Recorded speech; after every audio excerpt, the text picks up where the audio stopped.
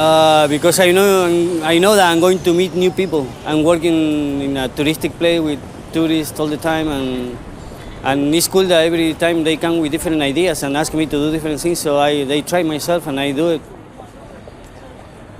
I guess for me, money right now is not my main focus. I'll worry about that when I don't have any money left. I actually struggled with money. I love money. I worship money. Growing up, it was the love of my life in a way. Money could bring a lot of pain.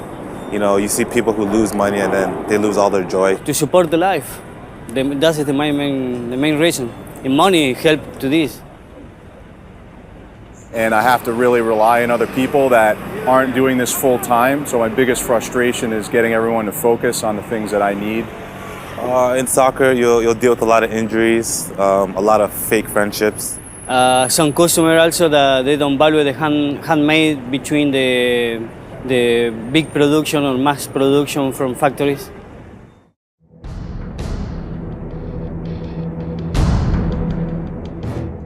Hey guys, welcome to our last session.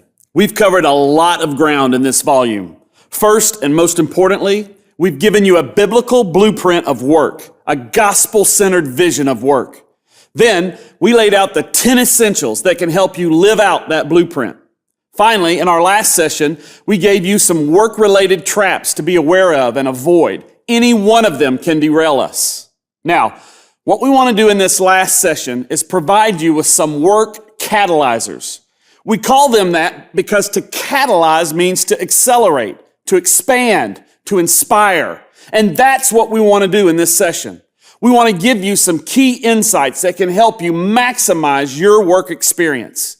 Just like the essentials that we presented in session 4, we find the catalyzers grounded in Scripture. And when they're applied to your work life, you'll find that they expand and build on the essentials, adding even more life and value and purpose in your work. They are rocket fuel that will energize you, help you come alive, and maximize your impact as you live out God's blueprint for work. Here's the first catalyzer: pursue self-awareness. Now, we touched on this a bit in session 4, but we really want to encourage you to understand the significance of this and embrace it as a catalyzer in your work life.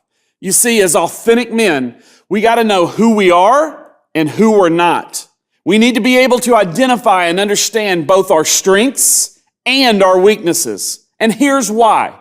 We are more alive, more energized, and more influential in our work when we get to operate from our strengths. Gallup research and polls repeatedly confirm that people are more engaged, more productive, and more profitable when they work from their strengths.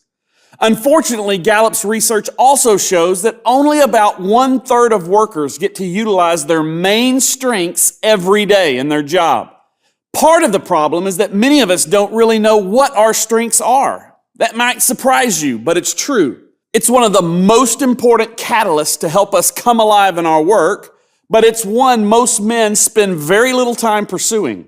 Leadership guru Peter Drucker once said this: most people think they know what they're good at. They're usually wrong. Do you know what your strengths are? Have you made an investment in or done the work of self-discovery? Do you have the language and categories to clearly articulate your giftings and talent, not only to yourself, but also to others like employers and teammates? You see, God has designed and gifted each of us in unique ways.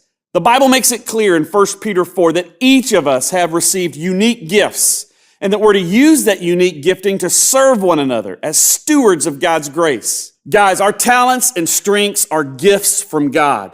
He calls us to discover those strengths, cultivate them, and apply them in our work.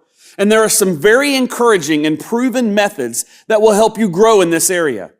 Let me give you 2 of them. First, invest in some personality and assessment inventories. There are a number of these inventories out on the market today. Thousands of hours by some of the best minds in the world have gone into creating them, and many of them are very affordable. There's no good reason why every man shouldn't invest in some of these inventories in pursuit of better self-awareness. They can help you better understand you. They can give you a new language and insightful categories that will help you understand your strengths and weaknesses so much more clearly. Here's another way you can know yourself and discover your strengths. Find wise, objective counselors or coaches who can give you honest feedback. Proverbs 11:14 says that in an abundance of counselors there is safety. Guys, let me tell you, priceless is the counselor, friend, or mentor who will sit down with you and tell you the truth about what they see in you, both the good and the bad. Someone who will shoot you straight, who will be honest with you about your strengths and weaknesses. Someone who knows you well and wants nothing more than to see you thrive and come alive. Here's a final thing to remember about strengths. A strength is not just something you're good at. It's also something that leaves you energized and feeling strong. You may be good at many things, like accounting or administration or public speaking or whatever. But if those activities don't leave you feeling stronger and more alive, if they're draining and weakening, then they're not true strengths. A true strength is something you're not only good at, it also leaves you feeling invigorated, fulfilled, and useful most of the time. Both you and others enjoy the process and the product when you are working from your strengths. Too many men spend a lifetime pursuing occupational dead ends, trying to be someone they're not because of the prestige or money associated with a certain job, because it's what their dad always wanted for them. Too many men spend far too many of their work hours not working from their strengths. And the research says that if you're not working from your strengths, you are 6 times less likely to be engaged in your job. And that's not what God calls us to. He calls us to work heartily, as if we're working for Him and for His glory with the talents that He's given us. Now, let's make it clear, there may be some seasons in which you, out of purely accepting your responsibilities, that you just need to get a job so that you can pay the bills. But as you are able, you should make strategic adjustments to find a job and a vocation that is a tighter fit with who God has made you to be. Because the more you can work from your strengths, the more you can enjoy your work and come alive in your work and be a life-giving spirit to those around you. The second catalyzer we want to talk about may seem obvious to some, but for most of us, we need to hear this and be reminded of it often. You need to play offense for the entirety of your work life. Playing offense goes back to our manhood definition, which applies to everything we do as authentic men. Reject passivity, accept responsibility, lead courageously, invest eternally. In our work lives, we need to reject the passivity of mindlessly staying stuck in our work. That could mean stuck in a certain job or on a certain career path simply because nothing better has come along or fallen into our lap. Now, you may have been right where God wants you the past 20 years, and if so, that's awesome. But too many men just settle and remain stuck in a job that's not personal and purposeful for them, where they're not using their gifting to create and cultivate and bring life to others. Too many settle for underperforming or being under-challenged or accepting a bad job culture. Yet rather than taking it to God in prayer and hustling and busting it to find a better situation, they stay stuck in grumbling, complaining, and pouting. They're passive, and that becomes paralyzing.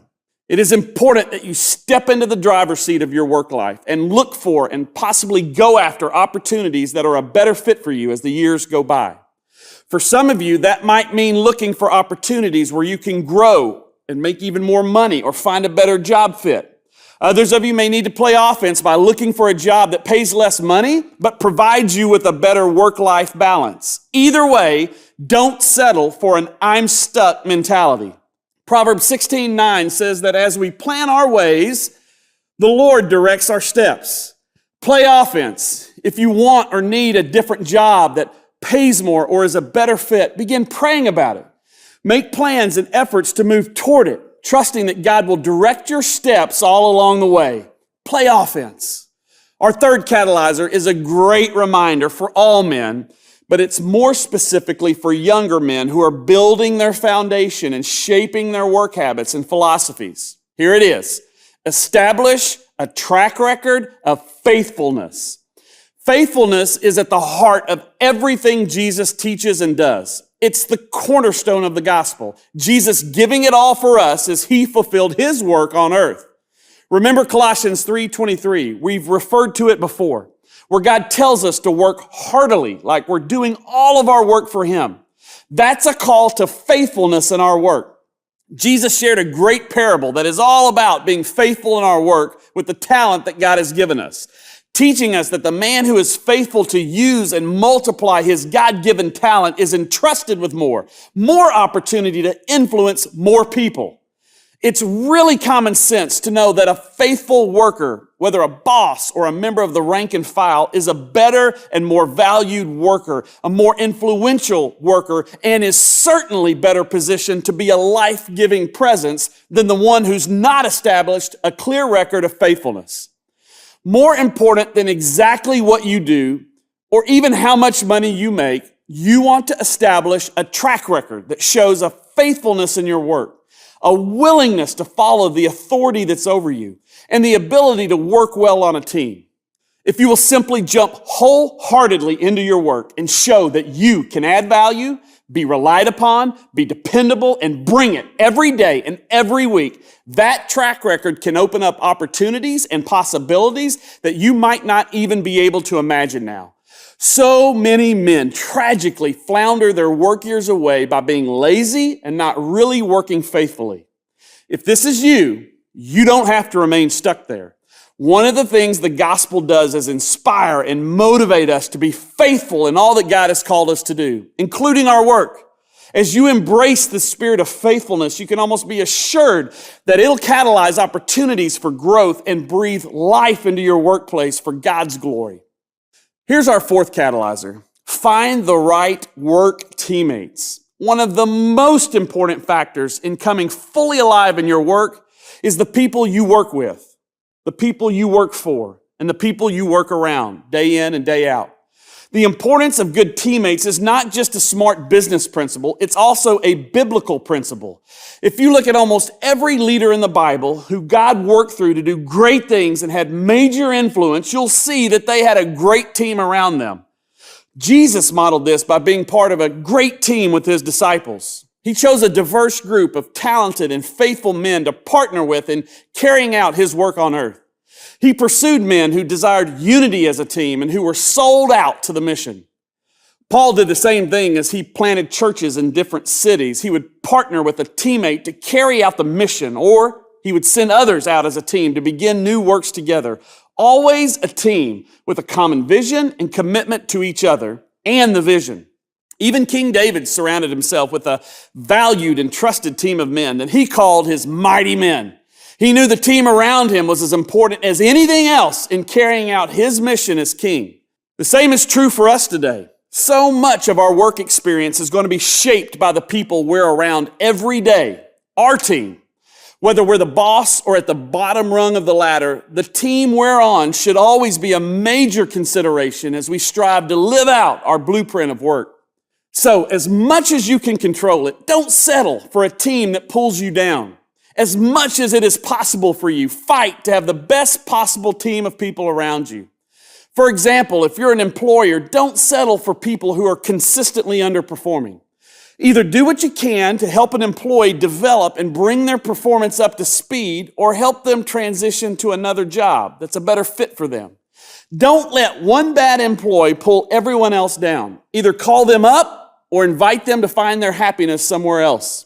And if you're an employee, one of the best things you can do is position yourself under a great boss, someone who's interested in your development, who knows their strengths and weaknesses, and who's not threatened by you. No one can impact your work experience more directly than your immediate boss. So do what you can do to be on a team that sets you up to be your best and to live out the work vision God has for you.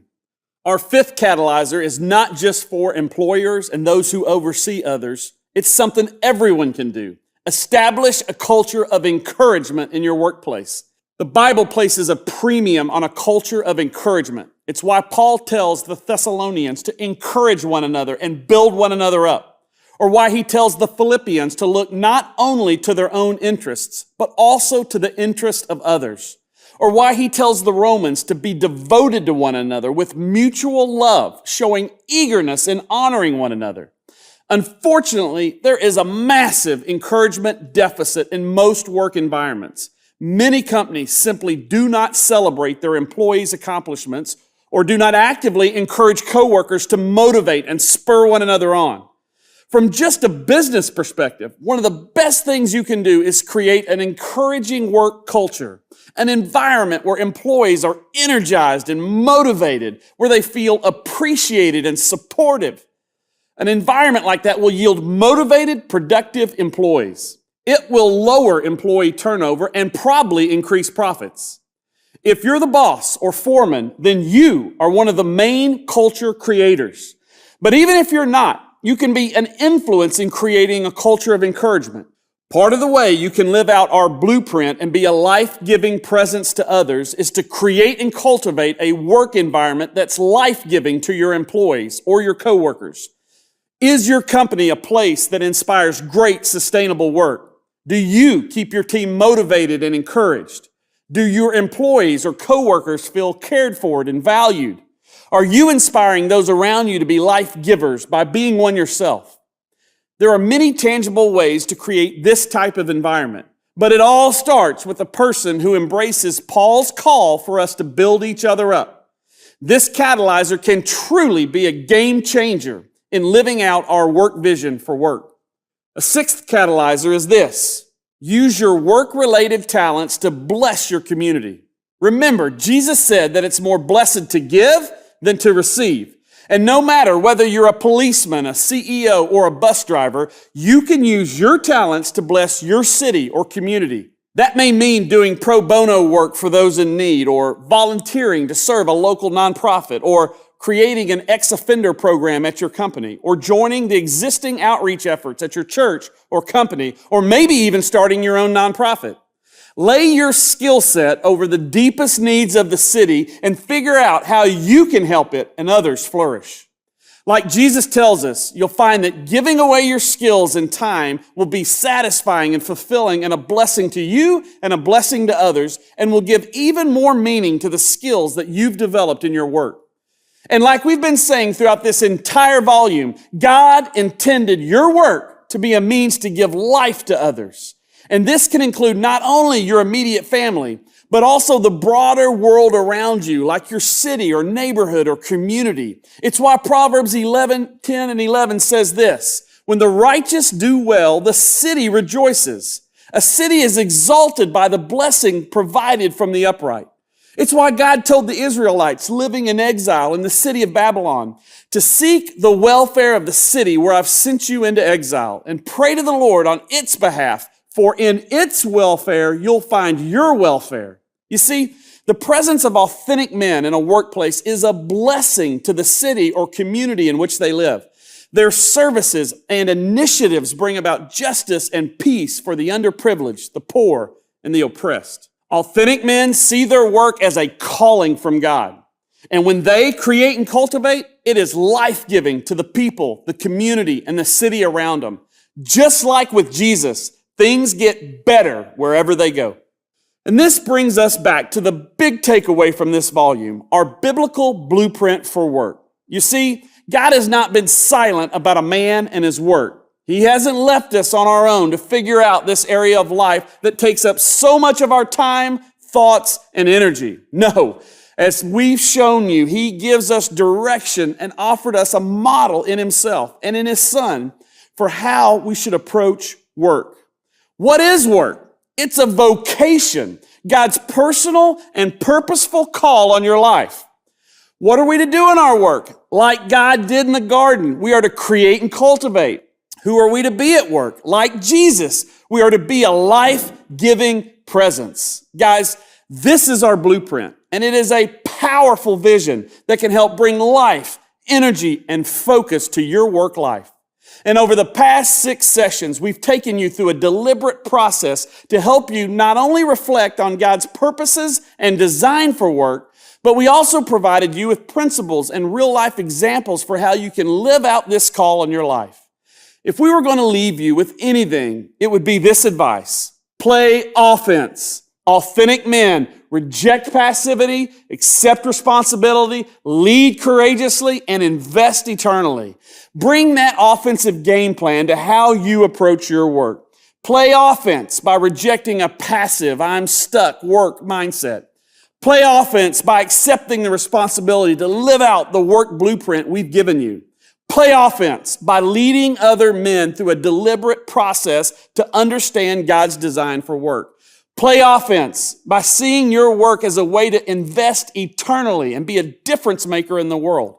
And finally, remember the Apostle Paul's closing words in one of his letters to the Corinthians. Beloved brothers, be steadfast, immovable, always abounding in the work of the Lord, knowing that in the Lord your labor is not in vain.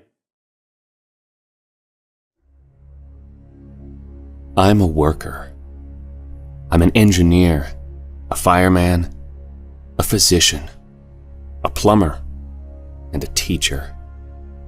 I'm a producer, a developer, a provider, a creator, and a cultivator. I'm a worker. God made me in His own image, and God is a worker.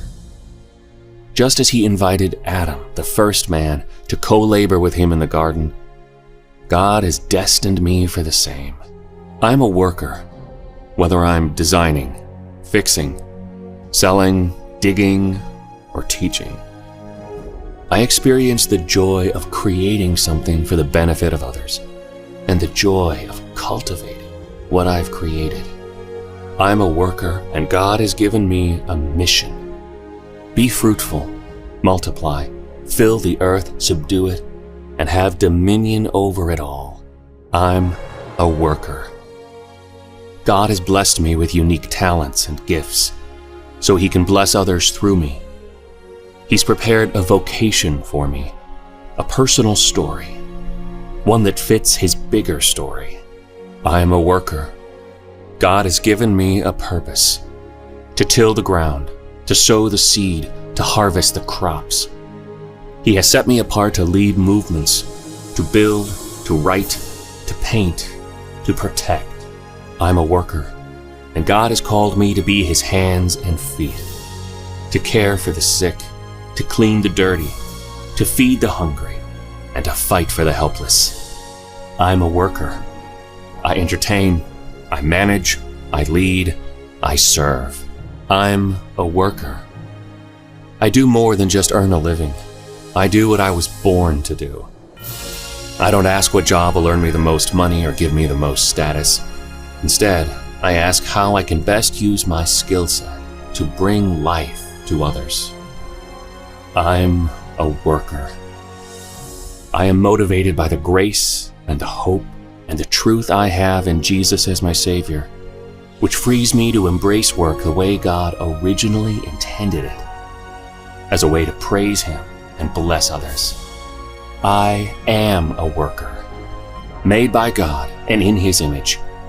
I see my work through His eyes, as both personal to me and purposeful in this world, as an opportunity to create and cultivate for His glory, and as a privilege to be a life-giving presence in this world.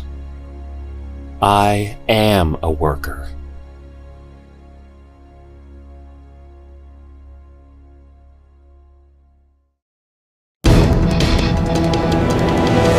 Please remember to invite a friend or a family member to join our next episode. Contact us for more information as well as the details on becoming a partner of this program. God bless you.